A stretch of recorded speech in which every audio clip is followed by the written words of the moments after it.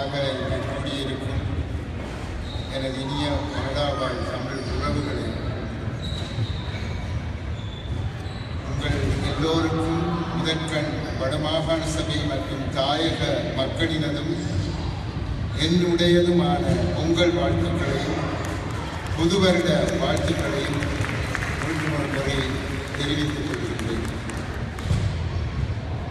எனது கனேடிய பிரயாணம் அதன் நிறைவு கட்டத்தை அடைந்துள்ளது. எனது கடமைகள் என்னை மீண்டும் தாயகம் திரும்ப அழைக்கின்றன. இந்த நிலையில் நாங்கள் இந்த பயணத்தின் போது தொடக்கத்தில் எதிர்பார்த்தவைகளையும் திரும்பும் போது எவ்வவற்றை நாம் சாதித்துள்ளோம், எவற்றில் வெற்றி காணவில்லை என்பது பற்றியும் ஆராய்வது பொருத்தம் என நம்புகின்றேன். முழுமையாக அவை பற்றி குறிப்பிட முடியாவிட்டாலும் ஒரு சில வார்த்தைகள் அது சம்பந்தமாக கூற இருக்கின்றேன். நாங்கள் முக்கியமாக இரட்டை நகர உடன்படிக்கைகளை உருவாக்கவே இங்கு வந்தோம்.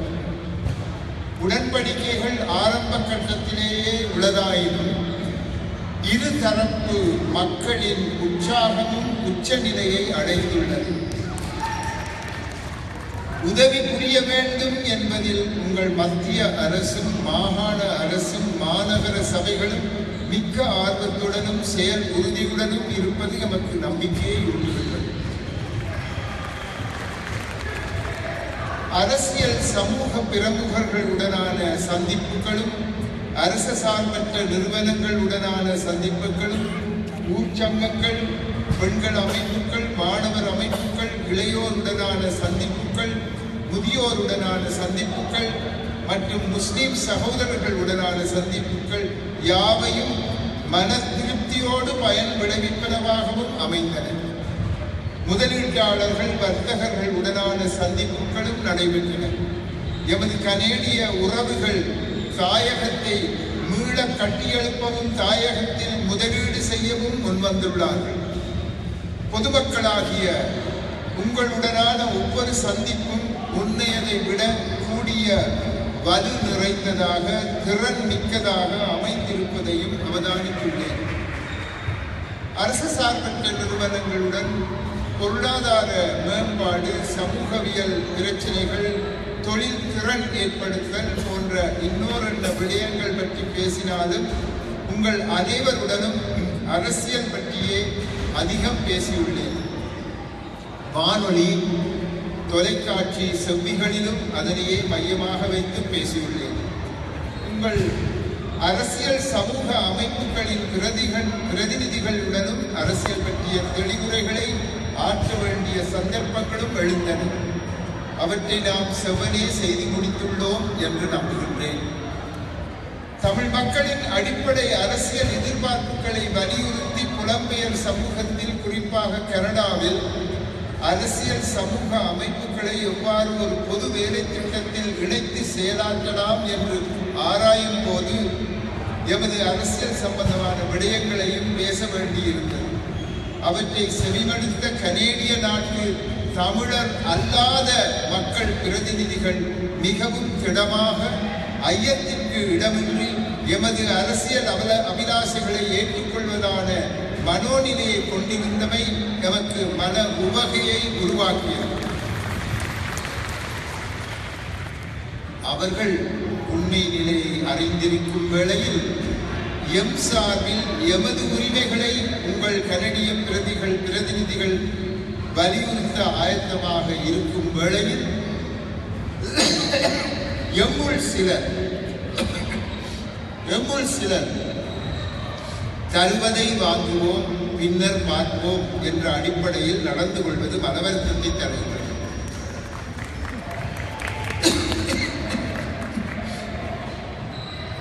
உதாரணத்திற்கு, வடக்கும் கிழக்கும் இணைய வேண்டுமா, சிங்களவர்களும் முஸ்லிம்களும் அதனை எதிர்ப்பார்கள் அல்லவா என்கின்றார்கள்.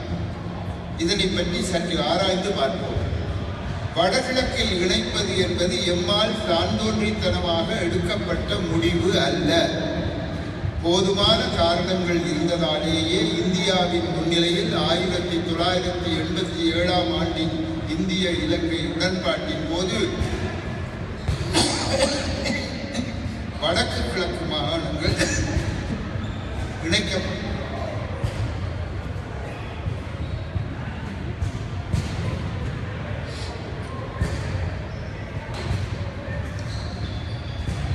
சுமார் 18 வருடங்கள் அந்த இணைப்பு நடைமுறையில் இருந்தது.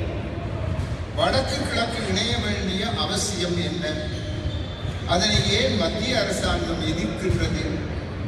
ஏன் சில முஸ்லிம் தலைவர்கள் எதிர்க்கின்றார்கள் என்ற விடயங்களை சுருக்கமாக இங்கு ஆராய்வோம். வடக்கு கிழக்கு பாரம்பரியமாக தமிழ் பேசும் மாநிலங்கள். கிழக்கு மாகாணம் கண்டிய அரசனின் கட்டுப்பாட்டின் கீழ் இருந்ததல்லவா என்று ஒரு சிலர் கேட்கின்றார்கள். அதனால் என்ன? கண்டி அரசனாக இருந்தவர் கூட ஒரு தமிழர் தான். கண்டியின் கடைசி அரசன் ஸ்ரீ விக்ரம ராஜசிங்கவின் இயற்பெயர் கண்ணுசாமி என்பது எம்மில் பலருக்கு தெரியாது. ஆனால் கண்டிய ராஜ்யம் ஒரு சிங்கள மன்னரின் ஆட்சியின் கீழ் இருந்திருந்தால் கூட அவரின் மேலாதிக்கத்தின் கீழ் இருந்த கிழக்கு மாகாணம் சிங்கள மக்களை கொண்டிருந்தது என்று அர்த்தம் கொள்ள முடியாது. தமிழ் மொழியே கிழக்கில் பேசப்பட்டு வந்தது. தமிழ் பேசும் மக்களே அங்கு மிக பெரும்பான்மையாக வசித்து வந்தார்கள். என்னுடைய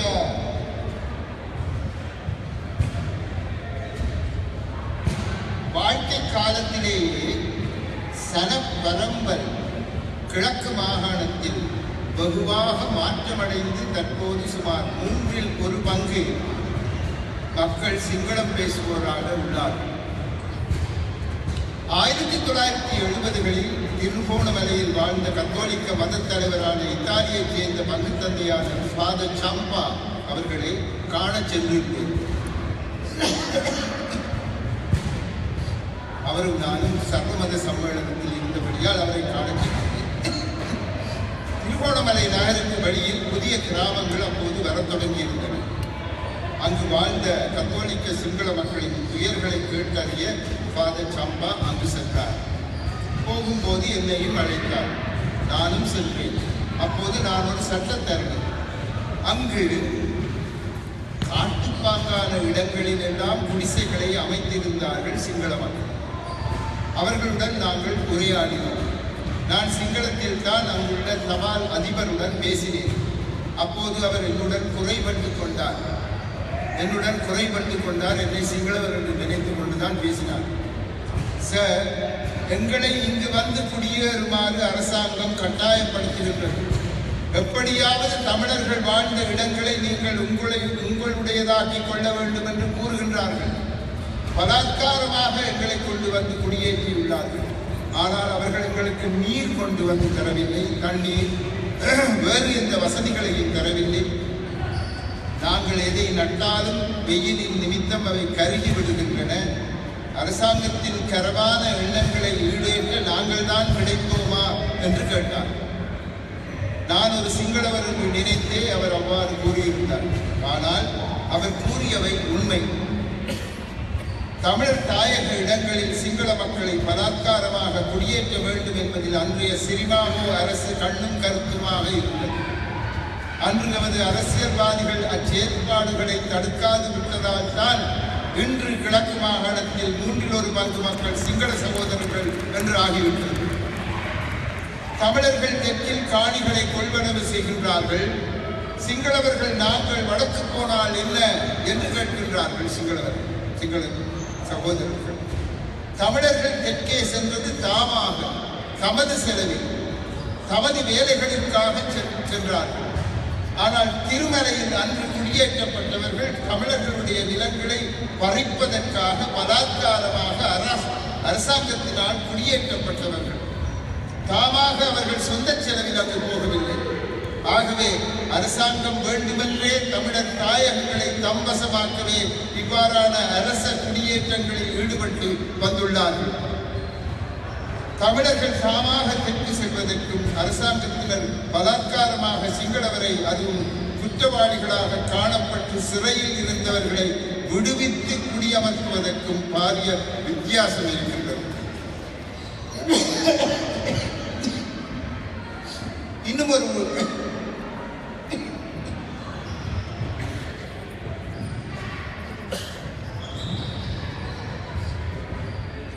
இன்னும் ஒரு விடயத்தை நாங்கள் மறந்துவிடக்கூடாது. இலங்கை எங்கிலும் பறந்து வாழ்ந்து வந்த தமிழ் மக்களை சுதந்திரத்தின் பின்னர் தெற்கு புறங்களில் அடித்து துரத்திய பின்னர் தான் வடகிழக்கில் பலாத்கார அரச குடியேற்றங்களை நடைமுறைப்படுத்தி வந்துள்ளார்கள். அதாவது அங்கு எங்களை துரத்திவிட்டு இங்கும் எங்கள் காணிகளை எடுத்து வருகின்றார்கள். வடக்கு கிழக்கில் இராணுவ உதவியுடன் இதை செய்து வருகின்றார்கள். இன்றும் தமிழர்கள் தாம் இருந்த இடங்களில் இருந்து விரட்டி அடிக்கப்படுகின்றார்கள். அதாவது தென்னிந்தியாவுக்கு அகதியாக சென்ற தமிழர்கள் அரசாங்க அனுமதி பத்திரத்துடன் தமது காணிக்கு திரும்பி வந்தார்கள். அங்கு சிங்கள மக்கள் வாழ்ந்து வருவதைக் கண்டு அதிர்ச்சி விட்டார்கள். கேட்டால் வேறு இடத்தில் காணி தருகின்றோம் என்று மத்திய அரசாங்க அலுவலர்கள் கூறுகின்றார்கள். அடாத்தாக இருப்பவர்களை தமிழ் மக்களின் காணிகளில் இருக்க விட்டுவிட்டு காட்டுப்பாங்கான வேறு இடங்களில் முன்னே அக்காணிக்கு சொந்தக்காரர்களை குடியமர்த்த எச்சரிக்கின்றார்கள் அரசாங்கம். இவற்றை பற்றி பேசினால் எங்களை இனவாதி என்கின்றது அரசாங்கம். பிழை செய்வது அரசாங்கம். பிழையை எடுத்துக்காட்டினால் எங்களுக்கு இனவாதி பட்டம் தருகின்றார்கள். எம்முள் சிலர் கூட இவ்வாறான பிழைகளை பேசக்கூடாது, அடக்குமுறைகளை எடுத்து கூறக்கூடாது என்று கூறுகின்றார்கள். பாரம்பரியமாக தமிழ் பேசப்பட்டு வந்த வடக்கு கிழக்கு மாகாணங்கள் விரைவில் சிங்களமயமாகிவிடும் என்ற காரணத்தினால்தான் வடக்கையும் கிழக்கையும் இணைக்க வேண்டிய அவசியம் ஏற்பட்டுள்ளது. வடக்கையும் கிழக்கையும் தனித்து இயங்கவிட்டால் விரைவில் தமிழ் பேசும் இடங்களை எல்லாம் சிங்கள மொழி பேசும் இடங்களாக மாற்றிவிட முடியும் என்றுதான் வடக்கு கிழக்கு இணைப்பை அரசாங்கம் எதிர்க்கின்றது. இன்று சுலபமாக கிழக்கை தம் வசமாக்கி உள்ளார்கள். நடக்கப் போவது என்ன என்பதை தெரிந்து கூட எம்மவர்கள் சிலர் வடக்கு கிழக்கு இணைப்பை மிகவும் பவியமாக இப்போது கேட்காதீர்கள் என்று கூறுகின்றார்கள். இது என்ன விதத்தில் நியாயமாகும்? தமிழ் மொழி பேசும் பாரம்பரிய இடங்கள் பாதுகாக்கப்பட வேண்டுமானால் வடக்கு கிழக்கு இணைப்பு அவசியம் என்பதை நாங்கள் மறக்கக்கூடாது. வடக்கு கிழக்கு இணைப்பை முன்வைத்தே நாங்கள் மக்களிடம் வாக்கு பெற்றோம்.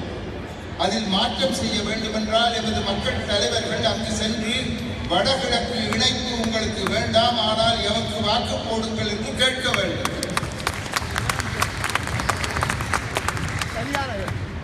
அரசியல் விஞ்ஞாபனத்தில் மாற்றத்தை ஏற்படுத்தியே அவ்வாறு கேட்க வேண்டும். எதையோ கூறி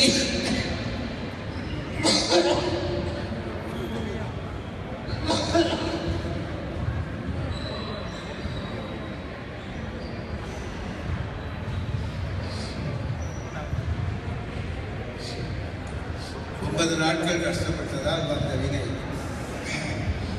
அரசியல் விஞ்ஞாபனத்தில் மாற்றத்தை ஏற்படுத்தியே அவ்வாறு கேட்க வேண்டும். எதையோ கூறி தேர்ந்தெடுக்கப்பட்டு விட்டோம் என்ற மமதையில் தான் தோன்றித்தனமாக எவரும் நடக்க முற்படக்கூடாது. மக்களின்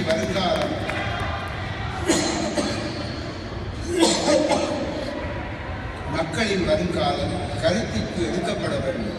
எனவே வடக்கு கிழக்கு இணைப்பு எவர் தமிழ் மொழியையும் தமிழ் பேசும் மக்களின் இருப்பையும் உறுதிப்படுத்த தேவையாக இருக்கின்றதே தவிர வெறும் பகட்டின் நிமித்தம் கோரும் கோரிக்கை அன்று வடக்கு கிழக்கு இணைப்பு என்பது. வடக்கு கிழக்கு ஒன்றிணையாகிவிட்டால் இரு மாகாணங்களும் சிங்கள மொழி பேசும் மாகாணங்களாக மாறுவதை தவிர்க்க முடியாது. இப்போதே அணை கட்டாது விட்டால் வெள்ளம் வந்து எங்களை மூழ்கடித்துவிடும். அதனால் என்ன? பொருளாதார முன்னேற்றம் தான் முக்கியம். அரசாங்கத்துடன் சேர்ந்து நாங்கள் பொருளாதார முன்னேற்றத்தில் ஈடுபடுவோம். தமிழ் என்ன தமிழ், பணம் தான் முக்கியம் என்று சிலர் கருத்து தெரிவிக்கின்றார்கள். 1983 ஜூலை மாதத்திற்கு முன்னர் கொழும்பில் தமிழர் பொருளாதாரம் நன்றாக முன்னேறியுள்ளது. வெளிநாடுகளில் இருந்த தமிழர்கள் பலர் நாடு திரும்ப திட்டம் போட்டிருந்தார்கள். ஆனால் நடந்தது என்ன? தமிழ் மக்களின் பொருளாதார கேந்திர மையங்கள் அடித்து நொறுக்கப்பட்டன. அந்த ஜூலை மாதத்திலே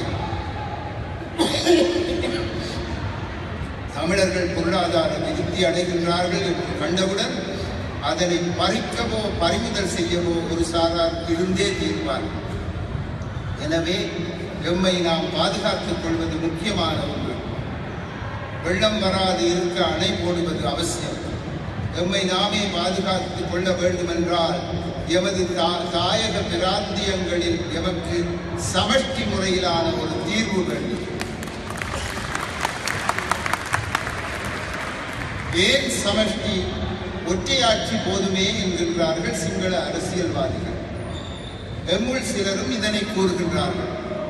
ஆனால் ஒற்றையாட்சியை சிங்கள தலைவர்கள் கேட்பதற்கு காரணம் உண்டு. பிரித்தானியர் நாட்டை 1833 ஒன்றிணைத்து ஒற்றையாட்சியை உண்டு பண்ணியவுடன் முழு அதிகாரமும் பிரித்தானியாவை சென்று அடைந்தது. எமக்கு சுதந்திரம் வழங்கிய போது ஒரு சமஷ்டி அரசியல் யாப்பை தந்துவிட்டு சென்றிருக்க வேண்டும். ஆனால் பிரித்தானியர் ஒற்றையாட்சியை எமக்கு வழங்கிவிட்டு சென்று விட்டார்கள். இந்த ஒற்றையாட்சி முறையே முழு நாட்டின் மீதான முழு அதிகாரங்களையும் சிங்கள அரசியல் தலைவர்கள் தம்வசம் எடுத்துக்கொள்ள உதவி புரிந்தது. 29வது ஷரத்து அரசியல் யாப்பில் இருந்தும் கூட 56ஆம் ஆண்டில் சிங்களம் மட்டும் சட்டம் கொண்டு வரப்பட்டது என்றால் ஒற்றையாட்சி அதிகாரம் கொண்ட பெரும்பான்மையின மக்களை தடுக்க எம்மால் முடியவில்லை என்பதுதான் அர்த்தம். ஆங்கிலேயர் சமஷ்டி அரசியல் யாப்பை தந்துவிட்டு சென்றிருந்தார்களே, ஆனால் வடக்கையும் கிழக்கையும் பாதிக்கும் வண்ணம் சிங்களம் மட்டும் சட்டம் கொண்டு வர முடியாமல் போயிருக்கும். நாடு சுதந்திரம் அடைந்த காலத்தில் எமது நாட்டின் ஆளுநர் நாயகமாக இருந்தவர் சோல்பரி பிரபு. ஒற்றையாட்சியை நாட்டுக்கு கையளித்த அவர்தான் 1958ஆம் ஆண்டு கலவரங்களின் பின்னர் இவ்வாறு நடக்கும் என்று தெரிந்திருந்தால் நான் ஒற்றையாட்சியை வழங்க இடமளித்திருக்க மாட்டேன் என்று B.H. பாமர் என்ற நூலாசிரியருக்கு கூறியிருந்தார்.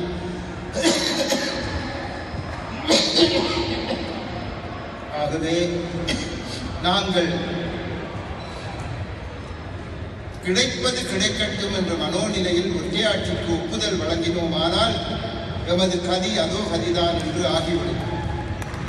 சமஷ்டி என்பது ஏதோ தமிழரசு கட்சிக்கு உரித்தான பொறிமுறை என்ற கருத்து பல சிங்கள சகோதரர்களிடமும் ஏன் சில தமிழ் சகோதரர்களிடமும் நிலவி வருவதை காண்கின்றோம்.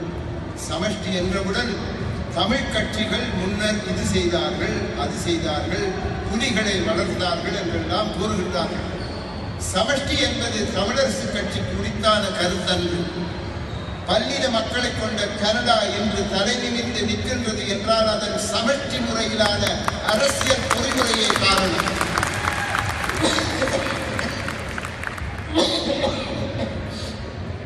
சிங்கள மக்கள் மனதில் சமஷ்டி என்ற சொல்லுக்கு பிரிவினை என்ற கருத்தை கொடுத்துள்ளார்கள் சிங்கள அரசியல்வாதிகள். ஒருவேளை தமிழரசு கட்சி என்ற பெயர் வைக்காமல் சமஷ்டி கட்சி என்று பெயர் வைத்திருந்தால் இவ்வாறான பிழையான வியாக்கியானத்தை தடுத்திருக்க முடிந்திருக்குமோ நான் அறியேன். சமஷ்டி நாட்டை ஒற்றுமைப்படுத்தும், பிரிக்க உதவி புரியாது என்ற உண்மையை அறிந்தும் கூட சிங்கள அரசியல் தலைவர்கள் சமஷ்டி என்றால் பிரிவினை என்ற கருத்தை திரும்ப திரும்ப கூறி வருகின்றார்கள். ஒரே நாட்டுக்குள் சில பிராந்தியங்களுக்கு சுயாட்சி வழங்குவது பிரிவினை ஆகாது. ஒற்றுமையில் பன்மைத்துவத்தை வழங்குவதே சமஷ்டி. ஆகவே சமஷ்டி அரசியல் பொறிமுறையும் வடகிழக்கு இணைப்பும் தமிழ் மக்களை பொறுத்தவரை பேரம் பேச முடியாத அடிப்படை கோரிக்கைகள் என்பதை நாங்கள் மறக்கக்கூடாது. எங்கள் பாரம்பரிய இடங்கள் பறிபோகாமல் இருக்க வேண்டுமானால் வடக்கு கிழக்கு இணைப்பு அவசியம். சகல அதிகாரங்களையும் கொண்டிருக்கும் மத்திய அரசாங்கம் தனது அரசாங்க அதிகாரங்களில் சிலவற்றை தமது முகவர்களுக்கு வழங்குவது வேறு, அதாவது டீசென்ட்ரலைசேஷன் வேறு, முறையான அதிகாரம் பரவலாக்கம் செய்வது வேறு, டெவல்யூஷன். அதிகார பரவலாக்கம் செய்து அதிகாரங்கள் நமக்கு தரப்பட்டுவிட்டால் தான் தோன்றித்தனமாக அவற்றை மத்திய அரசாங்கம் திரும்ப பெற முடியாது. முகவர்களுக்கு கையளிப்பதை எந்த தருணத்திலும் அவர்கள் மீளப்பெறலாம். இவற்றையெல்லாம் எமது மக்கள் சிந்தித்து செயலாற்ற வேண்டிய தருணம் தற்போது பிறந்துள்ளது. வேறு எப்போதும் இல்லாத அளவுக்கு சர்வதேச கரிசனை எம் மீது படர்ந்துள்ளது. காலம் கடந்தால் அவர்களின் கரிசனை வேறு திசைகளில் செல்லக்கூடும். இதை அறிந்தே ஐக்கிய நாடுகள் சபையில் தாமதங்களை ஏற்படுத்த அரசாங்கம் முனைந்துள்ளது. ஜெனீவாவில் இலங்கை மீண்டும் காலக்கெடு கேட்கவிருப்பதாக பேசப்பட்டு வருகின்றது. இதனால் தான் அரசியல் ரீதியான உங்கள் பிரதிநிதிகளை நாங்கள் இங்கு சந்தித்த போது எமது அரசாங்கம் எடுத்த நடவடிக்கைகள் பற்றி மட்டும் மேல்வாரியாக பார்க்காமல் அவற்றினால் என்ன நன்மைகள் கிடைத்துள்ளன, அவை கிடைக்குமோ என்று ஆராய்ந்து பார்க்குமாறு அந்த அலுவலர்களிடம் கேட்டுக்கொண்டோம். உதாரணத்திற்கு காணாமல் போனோர் பற்றிய அலுவலகம் என்று ஒன்றை உருவாக்கினார்கள், office of the missing persons. அதனால் மக்களுக்கு என்ன நன்மை கிடைத்தது, அதற்கு போதிய அதிகாரங்கள் வழங்கப்பட்டனவா போன்ற பல கேள்விகளுக்கும் பதில் காணுங்கள் என்று உங்களுடைய கனேடிய அலுவலர்களுக்கு நாங்கள் கூறியிருக்கின்றோம். வெறுமனே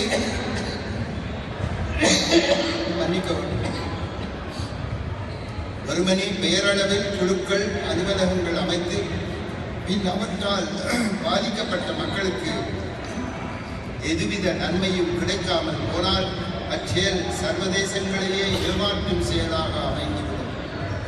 இவற்றை எல்லாம் பற்றி உங்கள் சமஷ்டி, மாகாண, மாநகர சபை பிரதிநிதிகள் மற்றும் அலுவலர்களுடன் சந்தர்ப்பம் கிடைக்கும் போதெல்லாம் எடுத்து கூறியுள்ளோம்.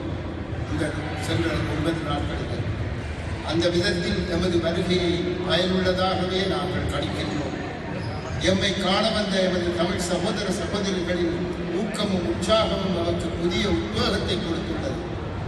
பலவிதமான தனிப்பட்ட தேக அசௌகரியங்களை எதிர்நோக்கிய நான் உங்கள் உற்சாகத்தின் காரணமாக புத்துணர்வு பெற்றுள்ளேன்.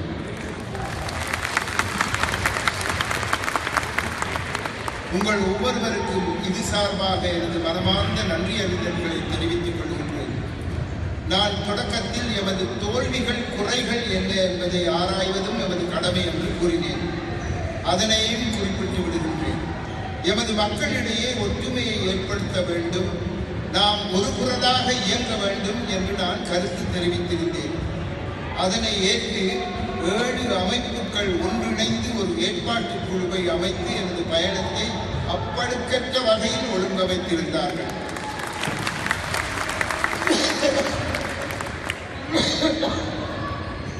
பலகாலமாக இங்கு இருந்து வரும் சகல குழுக்களிடமும் அவர்களின் பிரதிநிதிகளை அனுப்பி ஏற்பாட்டுக் குழுவின் கரங்களை பலமடைய செய்யுமாறு வேண்டியிருந்தார்கள். ஆனால் சிலர் அந்த வேண்டுகோளை தட்டி கழித்து விட்டார்கள். தன்னம்பிக்கைக்கும் ஆணவத்திற்கும் இடையில் இருக்கும் வேற்றுமையை நான் பல இடங்களிலே கூறியுள்ளேன். என்னால் முடியும் என்பது தன்னம்பிக்கை, என்னால் மட்டும் முடியும் என்பது ஆணவம்.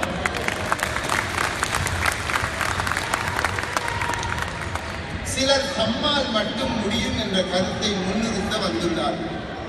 இது ஆணவத்திற்கு ஒப்பானது. தமிழ் மக்களின் வாழ்வு மலர வேண்டுமானால் நாங்கள் ஆணவம் களைய வேண்டும், மமதையை மறக்க வேண்டும். அன்பும் அரவணைப்புமே எம்மை ஒற்றுமைப்படுத்தும். பிரிந்து நிற்கும் அனைவரும் ஒன்று சேருங்கள் என்பதை விட கனடாவால் தமிழ் பேசும் மக்களுக்கு என்னால் தரக்கூடிய வேறெந்த செய்தியும் கிடையாது. உங்கள் ஒற்றுமையே எமது பலம், உங்கள் புரிந்துணர்வே எங்கள் புதிய வாழ்க்கைக்கு அத்திவாரம்.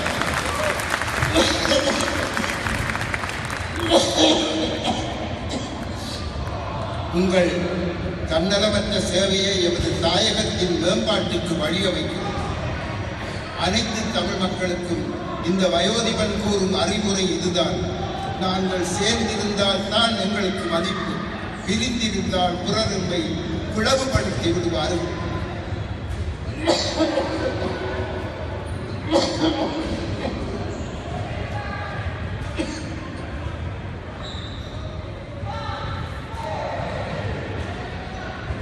சென்றவை சென்றவையாக இருக்கட்டும். வேற்றுமைகள் இருந்தாலும் உங்கள் வேற்றுமைகளை மூட்டை கட்டிவிட்டு ஒருங்கிணைத்து செயல்படுங்கள். எவ்வாறு ஒருவரை ஒருவர் எதிர்த்து வந்த 5 கட்சிகள் தமிழ் தேசிய கூட்டமைப்பு என்று ஒருங்கிணைந்தனவோ அதே போன்று உலகளாவிய ரீதியாகவும் தமிழ் மக்களின் கூட்டமைப்பு ஒன்று உருவாக வேண்டும். தமிழர்களை ஒன்றிணைத்தல் கடவுளாலும் முடியாது என்பது எனக்கு தெரியும். ஆனால் சுனாமி வந்தபோது அரச படைகளும் விடுதலை புலிகளும் 2-3 நாட்களுக்கு சேர்ந்தே ஒற்றுமையாக பாதிக்கப்பட்ட மக்கள் சார்பாக கடமையாற்றினார்கள். பின்னர் பிரிந்து விட்டார்கள். அதேபோல் உலகளாவிய ரீதியில் தமிழ் மக்களின் சார்பில் குரல் கொடுக்க வேண்டிய ஒரு சந்தர்ப்பம் தற்போது எழுந்துள்ளது. போர்க்குற்ற விசாரணையை திடமாக சர்வதேச உள்ளீடுகளுடன் எடுத்துச் செல்லுமாறு இலங்கை அரசாங்கத்தை கட்டாயப்படுத்த வேண்டிய தருணம் உதித்துள்ளது. யாவரும் சேர்ந்து இது பற்றி குரல் கொடுக்க வேண்டும். நெருக்குதல் ஒன்றே சிங்கள அரசாங்கங்களை நீதிக்கும் நியாயத்திற்கும் செவிசாய்க்க வைத்திருக்கின்றன. சௌமியமூர்த்தி தொண்டமான் அவர்கள் தமது மக்களின் உறுப்புகளை பெற வேலை நிறுத்தங்களில் ஈடுபட்டார். அவர் அவ்வாறு நெருக்குதல்களை கொடுத்ததால் தான் அப்போதைய அரசாங்கங்கள் இசைந்து கொடுத்தன. நாம் நமது உறுப்புகளை பெற்றுக்கொள்ள வேண்டுமானால் அவ்வாறான நெருக்குதல்கள் அவசியம். அதனை இன்றைய காலகட்டத்தில் நாங்கள் சர்வதேச குரலின் வாயிலாகத்தான் ஏற்படுத்த முடியும். ஐக்கிய நாடுகள் சபையினால் நெருக்குதல்கள் முன்வைக்கப்பட்டால் தான் இலங்கை அரசாங்கம் நீதிக்கும் நியாயத்திற்கும் கட்டுப்படும். எமது கோரிக்கைகள் நியாயமானவை. எமக்கு இதுகாலம் நடந்த அநியாயங்களே எமது கோரிக்கைகளை நியாயப்படுத்த வல்லன. நீதிக்கு புறம்பான அரச குடியேற்றங்களே கிழக்கில் வேட்டார் வந்து குடியேற வழிவகுத்தது. ஆகவே வடக்கையும் கிழக்கையும் இணையுங்கள் என்பதில் எந்த பிழையும் இல்லை. எமக்கென அழகொன்றை நாங்கள் கோருவது போல் வடகிழக்கு இணைப்பில் முஸ்லிம் மக்களுக்கு ஒரு தனி அழகை பிரித்துக் கொடுப்பதில் எமக்கோ அரசாங்கத்திற்கோ எந்தவித ஆட்சேபனையும் இருக்க முடியாது. மத்தியின் மேலாதிக்கம் குறைந்து மாகாணங்களில் சுயாட்சி வளர வேண்டும் என்பதில் கருத்து வேறுபாட்டுக்கு இடம் இருக்க முடியாது. அண்மையில் மத்தியின் மேலாதிக்கத்திற்கு எதிராக கிழக்கு தவிர்த்த மாகாண சபைகள் அனைத்தும் தமது குரலை ஓங்கி ஒலிக்கச் செய்துள்ளார்கள். கிழக்கு சிந்திப்பதற்கு காலக்கெடு கேட்டுள்ளது. சப்ரகமுவ முதலமைச்சர், மத்திய மாகாண முதலமைச்சர் ஆகியோர் என்னுடன் சேர்ந்து பொருளாதார அபிவிருத்தி பற்றிய அரசாங்க முன்மொழிவை எதிர்ப்பதாக எனக்கு தெரிவித்தார்கள். அதன்பின் மத்திய 8 மாகாணங்களிலும் 7 மாகாணங்களில் அவர்கள் எதிர்த்திருந்தார்கள். உடனே நான் 9 மாகாணங்களுக்கும் சமஷ்டி அடிப்படையில் அதிகாரங்களை அளித்து வேண்டிய 2 அல்லது அதற்கு மேற்பட்ட மாகாணங்கள் தாமாக இணைய வழிவகுத்தால் என்ன என்ற கருத்தை படரவிட்டிருக்கின்றேன். எனவே சமஷ்டி சம்பந்தமான எங்கள் கோரிக்கை நியாயமானது என்பது சிங்கள மாகாணங்களில் இருந்து வெளிவரக்கூடிய ஒரு சந்தர்ப்பம் தற்போது எழுந்துள்ளது. உங்கள் ஒற்றுமையே எமது பலம் என்று கனேடிய மக்களுக்கு மீண்டும் கூறி அவர்கள் ஒவ்வொருவரின் வாழ்க்கையிலும் இறைவனின் பார்வை படர்வதாக என்று பிரார்த்தித்து என்னை இதுநாள் வரையில் பார்த்து பாதுகாத்து பணிவன்புடன் பணிவிடைகள் செய்த ஏற்பாட்டுக்குழு அங்கத்தவர்கள் ஒவ்வொருவருக்கும் எனது மனமார்ந்த நன்றிகளை தெரிவித்து உங்கள் அனைவரையும் பிரித்து செல்ல வேண்டிய தருணம் வந்துள்ளதை உணர்ந்து என் அன்பை உங்களுடன் பகிர்ந்து விடைபெறுகின்றேன். நன்றி, வணக்கம்.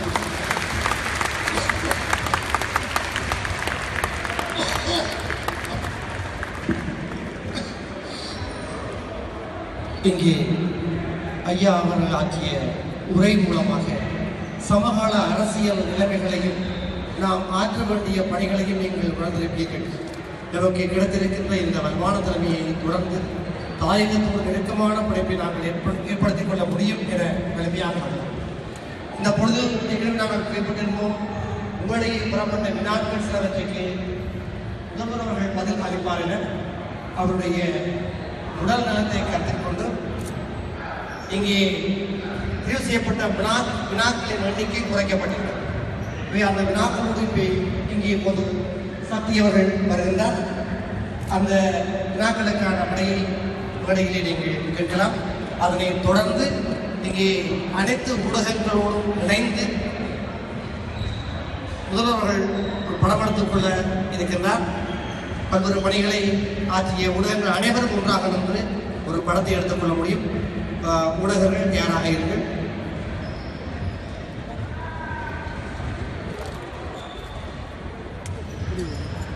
வணக்கம் உறவுகளே. நிறையவே கேள்விகள் வந்திருந்தன. உண்மையில் அதில் தெரிவு செய்வது என்பது கடினமாக இருந்தது. பல கேள்விகள் ஒரே மாதிரியான கேள்விகள் வந்திருந்தன. 10 நாங்கள் தெரிவு செய்திருந்து அதன் பின்னர் 5 தெரிவு செய்திருந்தோம். முதலில் சுருக்கமாகவே தாருங்கள். உங்கள் உடல்நலத்தை கருத்தில் கொண்டு யுத்தத்தால் பாதிக்கப்பட்ட மக்களுக்கும் போராளிகளுக்கும் உங்கள் பணி எவ்வாறு அமையும்?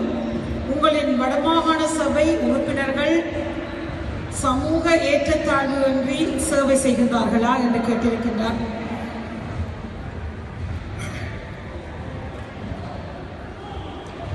எங்களுக்கு அரசாங்கத்தால் ஒரு தொகை பணம் தரப்படுகின்றது ஒவ்வொரு வருடமும். நாங்கள் 10,000 மில்லியன் கேட்டால் எங்களுக்கு ஒரு 2,500 மில்லியன் 3,000 மில்லியன் தருகின்றார்கள். ஆகவே மக்களுக்கு செய்வதற்கு பணி செய்வதற்கு எங்களுக்கு வருமானம் போதாது.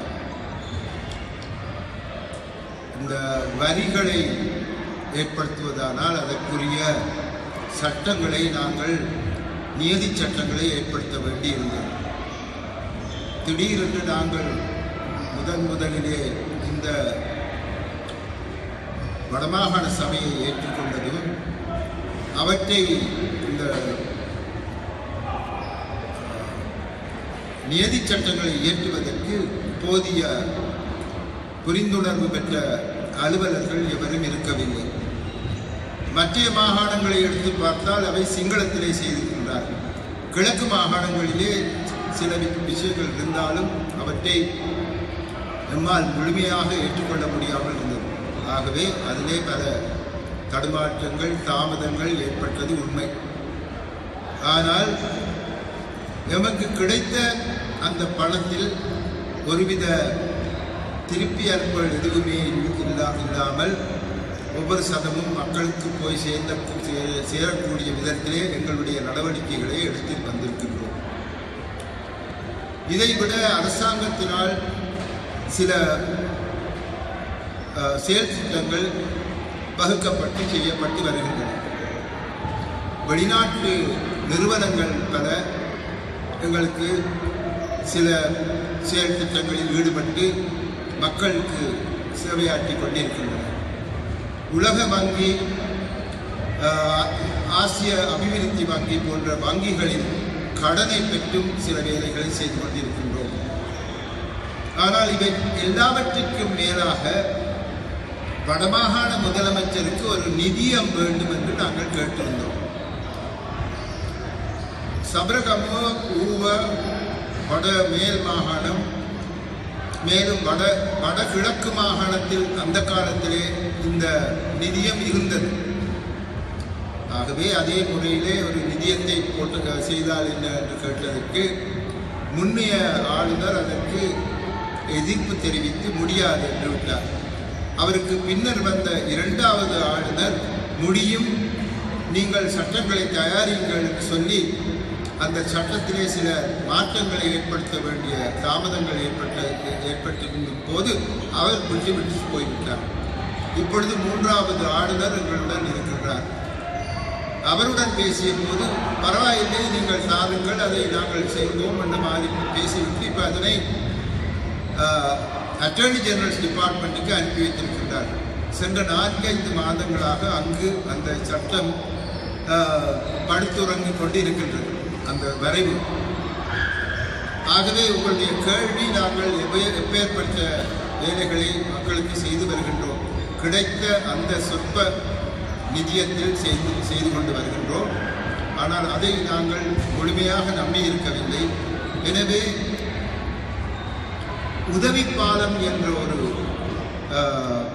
கணக்கை நாங்கள் திறந்து எங்களுடைய அலுவலர்கள் மூலமாக புதன்கிழமைகள் தோறும் எங்களை காண வரும் மக்களின் பிரச்சனைகள், அன்றாட பிரச்சனைகள், அவர்கள் வந்து கேட்கும் பிரச்சனைகள் சம்பந்தமாக அவர்களுக்கு செய்யக்கூடிய நன்மைகளை நாங்கள் சிறிது சிறிதாக செய்து கொண்டு வருகின்றோம்.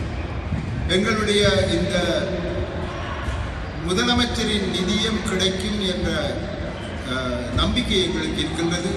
அது விரைவிலே கிடைத்தால் வெளிநாடுகளில் இருந்து புலம்பெயர் மக்களிடமிருந்து நாங்கள் போதிய பணத்தை பெற எதிர்பார்க்கின்றோம். அதனை அரசாங்கமும் தெரிந்து வைத்துக் கொண்டிருக்கின்றது. நேரடியாகவே நாங்கள் ஏற்றுக்கொள்ளக்கூடிய ஒரு நிலை அப்போது வரும் என்பதை சொல்லி வைக்கின்றேன். இப்போது இந்த உதவி பாலம் மூலமாக நாங்கள் சிறு சிறு தொகைகளை வெளிநாடுகளில் இருந்து அனுப்பும் தொகைகளை வைத்து மக்களுக்கு சேவைகள் செய்து கொண்டு வருகின்றோம். அடுத்த கேள்வி, சிங்கள அரசாங்கம் ஒரு பொழுதும் தமிழர்களுக்கு எந்த ஒரு தீர்வையும் முன்வைக்க வராது என்பது தமிழர்களுக்கு நன்கு தெரியும். இந்த சந்தர்ப்பத்தில் நீங்கள் எவ்வகையில் தமிழருக்கு ஒரு தீர்வினை, உரிமை தீர்வினை எட்ட முடியும்? உங்களது எண்ண கருவினை கூறுவீர்களா என்று கேட்டிருக்கிறார். உங்களுடைய எண்ண கருவை கூறுங்கள் என்று கேட்டிருக்கிறார். அதனால்தான் என்னுடைய பேச்சிலே நெருக்குதல்கள் சம்பந்தமாக நான் குறிப்பிட்டிருந்தேன். ஒரு விடயத்தை தர முடியாது என்று யாராவது சொன்னால், உங்களுடைய வீட்டிலே இருக்கும் அண்ணன் உங்களுடைய ஒரு புத்தகத்தை எடுத்து வைத்துக் கொண்டு உங்களுக்கு திருப்பி தர முடியாது என்று கூறுகின்றார். நீங்கள் என்ன செய்வீர்கள்? அவரோடு அடித்து பிடிச்சு சண்டை பிடிக்க முடியாது. அடித்து பிடிச்சு சண்டை பிடிச்சு நாங்கள் இப்போ தோற்று இருக்கிறோம், அதை விடுங்க. ஆனால் அதுக்கு மேலதிகமாக நாங்கள் என்ன செய்யலாம்? அப்பாட்ட போய் சொல்லலாம், அம்மாட்ட போய் சொல்லலாம், அல்லது இன்னொரு பெரிய அண்ணன் இருந்தால் அவர்கிட்ட சொல்லலாம். அதைத்தான் நாங்கள் இப்பொழுது செய்கின்றோம். உலக ரீதியாக சர்வதேச சமூகத்தினிடம் எங்களுடைய பிரச்சனைகளை முழுமையாக சொல்லிக் கொண்டு வருகின்றோம். அவர்களுக்கு அந்த புரிந்துணர்வு இப்பொழுது ஏற்பட்டுள்ளது. முக்கியமாக உங்களுடைய கனடா நாட்டு அலுவலர்களிடம் நான் பேசிய போது அவர்கள் முழுமையாக எங்களுடைய பிரச்சனைகளை அறிந்திருக்கின்றார்கள் என்று அறிந்து கொண்டேன். அவர்கள் எங்களுக்காக குரல் கொடுப்பதாகவும் கூறியிருக்கின்றார்கள். ஆகவே நாங்கள் சர்வதேச ரீதியாக எங்களுடைய அரசாங்கத்திற்கு நெருக்குதல்களை கொடுத்து அதன் மூலமாக நாங்கள் நன்மைகளை பெறலாம் என்று நாங்கள் நினைக்கின்றோம். அடுத்த கேள்வி, மதிப்புக்குரிய முதலமைச்சருக்கு, யாழ் மாவட்டத்தில் போதைப் பொருள் பாவனை, மதுபான கலாச்சாரம், கல்லூரி மாணவர்களின் வாழ்வெட்டு, முன்னாள் போராளிகளின் மறுவாழ்வு, இறுதியாக யாழ் பல்கலைக்கழக மாணவர் கொலை, இச்சம்பவங்களுக்கு நீங்கள் எடுக்கும் நடவடிக்கை, அத்துடன் தமிழ் மக்களின் பிரச்சினைக்கு கூட்டமைப்பு எடுக்கும் நடவடிக்கைக்கு தீர்வு இல்லை என்றால் அடுத்த கட்ட நடவடிக்கை என்னவாக இருக்கும்? இது போலீஸ் அதிகாரங்கள் சம்பந்தப்பட்டது. போலீஸ் அதிகாரங்கள் எங்களுக்கு ஓரளவு சட்டப்படி தரப்பட்டாலும் உண்மையிலே யதார்த்தம் என்னவென்றால் எங்களுக்கு அந்த அதிகாரம் தரப்படவில்லை.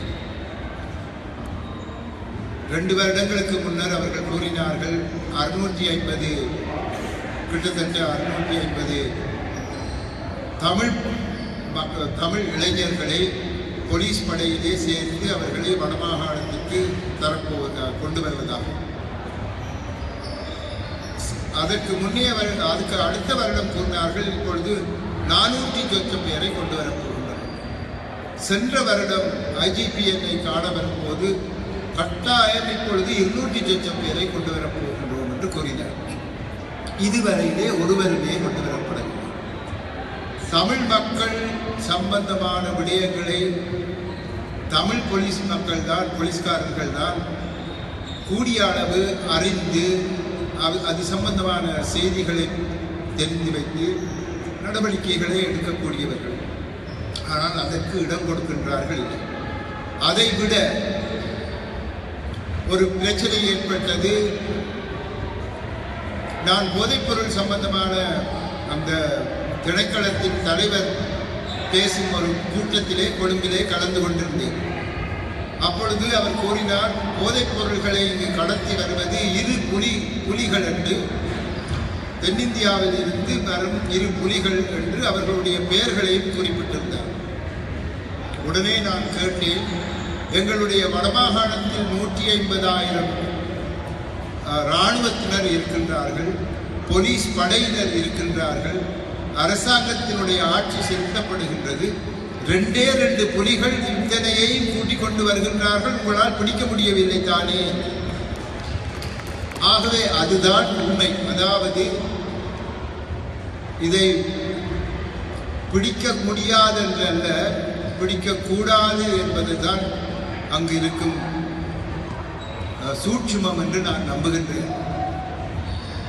எங்களுடைய இளைஞர்கள் மேலும் மேலும் விருத்தி அடையக்கூடாது, மேலும் ஒரு போர் வந்துவிடக்கூடாது, அவர்களுடைய கவனம் வேறு விடயங்களிலே ஈடுபட வேண்டும் என்ற ஒரு எண்ணம் யாரோ ஒருவரிடம் இருக்கின்றதோ என்ற ஒரு சந்தேகம் எங்களுக்கு எழுந்திருக்கின்றது. எனவே போதைப்பொருள் சம்பந்தமாக நாங்கள் எங்களால் முடிந்த பலவற்றை நாங்கள் செய்து கொண்டு வருகின்றோம். கல்லூரி அதிபர்களுடன் பேசி அது சம்பந்தமாக சில நடவடிக்கைகளை எடுத்து வருகின்றோம். உதாரணமாக சில கல்லூரிகளிலே இந்த சிவர்களுக்கு மேலால் பொட்டலங்கள் வீசப்படுகின்றன. கல்லூரி மாணவர் ஒருவர் அந்த பொட்டலத்தை எடுத்துக்கொண்டு போய் மற்ற மாணவர்களுக்கு அவற்றை விநியோகித்து போதைப்பொருள் கல்லூரி உள்ளேயே நடைபெறுவதாக, போதைப்பொருள் பாவனை கல்லூரி உள்ளேயே நடைபெறுவதாக உங்களுக்கு தெரிய வந்தது. இது சம்பந்தமாக எல்லாம் நடவடிக்கைகள் எடுத்து வருகின்றோம். நீங்கள் மற்ற பல விடயங்களை குறிப்பிட்டிருந்தீர்கள். அத்தனையும் போலீசாருடன் சேர்ந்த விடயம். போலீசார் சம்பந்தமாக எங்களுக்கு இருக்கும் பலம் அல்லது அதிகாரம் இருந்தும் இல்லாதது போன்றுதான். எங்களுக்கு சில பலம் இருக்கின்றது சட்டப்படி, ஆனால் அதனை பிரயோகிக்க முடியாத நிலையிலே இருக்கின்றோம். இதன் காரணத்தினால்தான் 1987ஆம் ஆண்டு இந்த சட்டம் வந்த உடனேயே அக்டோபர் மாதம் 28ஆம் தேதி திரு அமிர்தலிங்கம் அவர்கள், சிவசிதம்பரம் அவர்கள், சம்பந்தன் அவர்கள் சேர்ந்து ராஜீவ்காந்தி அவர்களுக்கு, பிரதம மந்திரி ராஜீவ்காந்தி அவர்களுக்கு ஒரு கடிதம் எழுதினார்கள். நீங்கள் தந்திருக்கும் இந்த 13வது திருத்தச் சட்டத்தினால் எங்களால் ஒன்றுமே செய்ய முடியாத ஒரு நிலை இருக்கின்றது, இது அதிகாரமற்ற ஒரு சட்டம் என்று சொல்லி அந்த சட்டத்தை அவர்கள் அதை எதிர்த்து பாராளுமன்றத்தில் தேர்தலிலே நிற்காமல் கூட அந்த காலத்திலே இருந்தார்கள். அதே ஒரு சட்டத்தை தான் இப்பொழுது நாங்கள் கையில் எடுத்து வைத்து நடத்தி கொண்டிருக்கின்றோம். ஆகவே சட்டத்திலே எங்களுக்கு பலவிதமான சிக்கல்கள் இருக்கின்றன.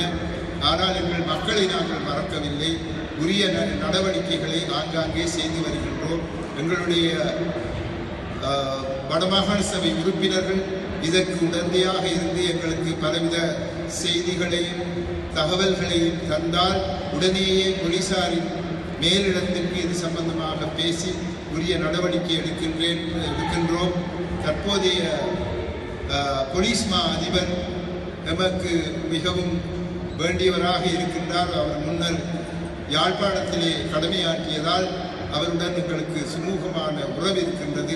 ஆகவே பல விதங்களிலே அவர்களை பேசி தான் சில நடவடிக்கைகளை எடுக்க முடியுமே ஒழிய அதிகார ரீதியாக எங்களுக்கு செய்யக்கூடிய ஒரு நிலை இல்லை. இதுதான் உண்மை. 2 கேள்வி பாக்கி இருக்கிறது. அடுத்து, சுதந்திரம் அடைந்ததிலிருந்து எமது போராட்டங்கள் ஏன் தோல்வியில் முடிகின்றது என்பது பற்றி அரசியல் அறிஞர்கள், ஆய்வாளர்களை கொண்டு ஒரு ஆய்வு மகாநாடு நடத்தப்பட்டு அது அறிக்கை வாயிலாகவோ அல்லது புத்தக வடிவிலோ வெளியிட்டால் அது எமது இளைய தலைமுறைக்கு பாடமாக செயல்படும். எமது போராட்டத்தை, பழைய பிரிவினைகளை பாடமாக கொண்டு செயல்படுவதற்கு உதவும். அவற்றை சார்ந்த வெகுஜன அமைப்புகளை கொண்டு இவற்றை செயல்படுத்த முடியுமா என்று கேட்டிருக்கிறார்கள். அதெல்லாம் செய்ய வேண்டிய அவசியம் இல்லை. நானே உங்களுக்கு அதுக்குரிய காரணத்தை சொல்றேன். எங்களுக்குள் ஒற்றுமை இல்லை, அதுதான் காரணம். தமிழ் மக்களிடையே ஒற்றுமை இருந்திருந்தால் இப்பேற்பட்ட நிலை எங்களுக்கு வந்திருக்காது. அந்த காலத்தில் இருந்து என்ன நீ ஜிஜியா அல்லது எஸ்ஜேவியா அல்லது பிரபாகரனா அவனுக்கு எதிரானவனா என்று இந்த விடயத்தில் நாங்கள் ஒருவரை ஒருவர் பகைத்து கொண்டு இருக்கின்றோமே ஒழிய தமிழ் மக்களினுடைய போராட்டத்தின் சம்பந்தமாக உனக்கும் எனக்கும் எத்தனையோ வித்தியாசங்கள் இருந்தாலும் நாங்கள் சேர்ந்திருந்து இதை சம்பந்தமாக நடவடிக்கை எடுக்க வேண்டும் என்று நாங்கள் சிந்திக்கின்றோமா? அந்த சிந்தனை எங்களிடம் வர வேண்டிய ஒரு கடப்பாடு எங்களுக்கு இருக்கின்றது. நாங்கள் எங்களுடைய தனிப்பட்ட பிரச்சனைகளை மறந்து தமிழ் மக்களினுடைய விடிவுக்காக எல்லோரும் சேர்ந்து போரிட்டோமானால், சேர்ந்து எங்களுடைய குரலை எழுப்பினோமானால் கட்டாயம் எங்களுக்கு எங்களுடைய தீர்வு கிடைக்கும்.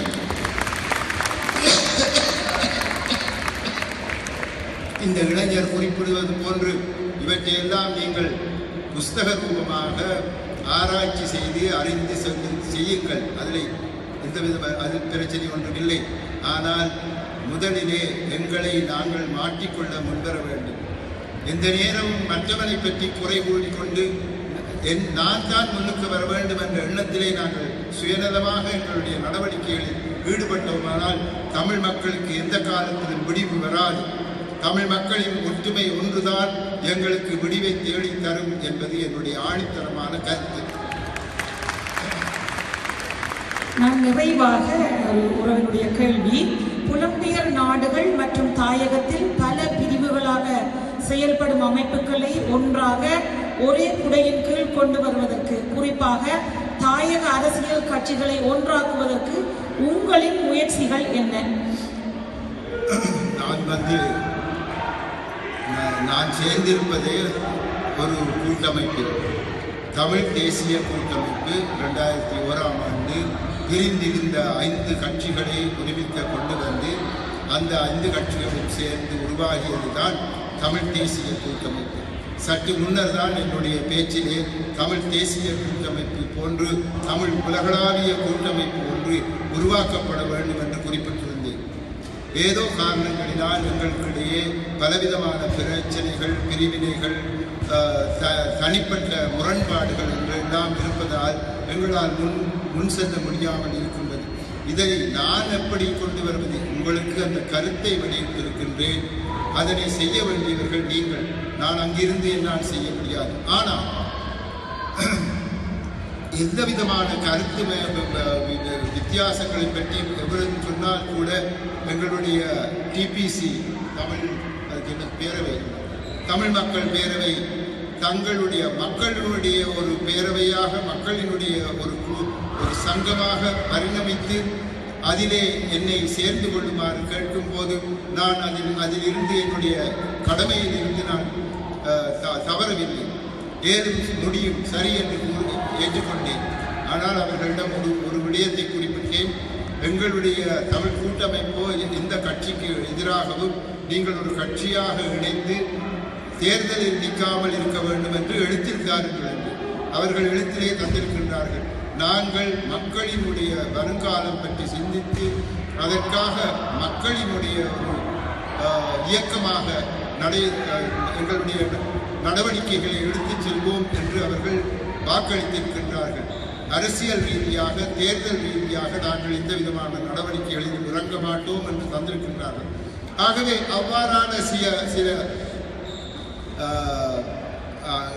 அவர்களுடைய உத்தரவாதங்களை எடுத்து வைத்துக் கொண்டுதான் என்னுடைய கடமைகளை செய்து கொண்டு வருகின்றேன். ஆகவே முடியுமான அளவு வேற்றுமை உள்ள அல்லது வேறுபட்ட பல கட்சிகளை ஒருமித்து ஒன்றிணைத்து எங்களுடைய வேலைகளை அங்கு செய்து வருகின்றோம். அதே போன்று உலகளாவிய ரீதியிலே அவ்வாறு செய்ய முடியாது என்று அல்ல, கேட்டால் முடியும், செய்வோம் என்றுதான் என்னால் கூற முடியும். அதற்கு என்னுடைய ஆதரவும் இருக்கும். எல்லோரையும் சேர்த்து முன் செல்வதுதான் என்னுடைய ஒரே ஒரு குறிக்கோள். நாங்கள் சேர்ந்தால்தான் எங்களுடைய வருங்காலம் நல்லதாக அமையும். சேருங்கள் என்று கூறும்போது உங்களுடைய தனித்துவத்தை நீங்கள் மறந்துவிட வேண்டும் என்று நான் கூறவில்லை. தனித்துவம் ஒருமிக்க உங்களுக்கு தனித்துவம் இருக்க வேண்டும், கட்சி இருக்க வேண்டும், உங்களுடைய சிந்தனைகள் வேறாக இருக்கலாம். ஆனால் சில இடங்களிலே நாங்கள் சேர்ந்து எதனை செய்ய வேண்டும் என்று தீர்மானித்து அந்த தீர்மானத்தின் அடிப்படையிலே எங்களுடைய நடவடிக்கைகளை முன்னெடுக்கக்கூடியதாக, ஒருமித்து முன்னெடுக்கக்கூடியதாக நாங்கள் நடவடிக்கைகளில் இறங்க வேண்டும் என்று கூறுகின்றோம். நன்றி முதல்வர் அவர்களே. இங்கே வந்து குவித்த கேள்விகளின் எண்ணிக்கை எக்கச்சக்கம். அவற்றிலிருந்து தெரிவு செய்யப்பட்ட வினாக்களை மட்டுமே நாங்கள் கேட்டிருந்தோம். கேள்விகள் குறித்த அனைவருக்கும் ஒரு நன்றி. இங்கே நாங்கள் வினாக்களை குறிக்கிறதன் காரணத்தை நீங்கள் அறிந்திருப்பீர்கள். ஆகவே பொறுத்திருப்பீர்கள். அடுத்து இடம்பெறக்கூடிய நிகழ்வு ஏற்கனவே சொன்னதை போன்று பல்வேறு ஊடகங்கள் முதல்வர் வருகை தொடர்பாக நமக்கு பல ஒத்துழைப்புகளை சிறப்பாக வழங்கியிருந்தார்கள். அந்த வகையிலே அந்த ஊடகங்களை சார்ந்தவர்களை முறையாகவே கௌரவிக்க நாங்கள் திட்டமிட்டிருந்தோம். அவர்களுக்கான நினைவு பரிசும் நம்மிடம் இருக்கிறது. ஒவ்வொருவராக அழைத்து இங்கே அதை வழங்குவதிலே உள்ள சிரமம் காரணமாக அவற்றை நிகழ்வு முடிந்தவர்கள் நீங்கள் பெற்றுக்கொள்ள முடியும். அந்த பரிசுகள் இங்கே தான் இருக்கின்றன. ஆகவே அந்த ஊடகங்களை சார்ந்தவர்கள் அரங்கிற்கு வாருங்கள். மேடையிலே முதல்வோடு நின்று நீங்கள் அவரோடு கையிலாக கொடுத்து ஒரு படத்தை எடுத்துக்கொள்ள முடியும். அந்த ஊடகங்களுடைய பெயர்களை வாசிக்கின்றேன். ஒரு ஊடகத்தில் இருந்து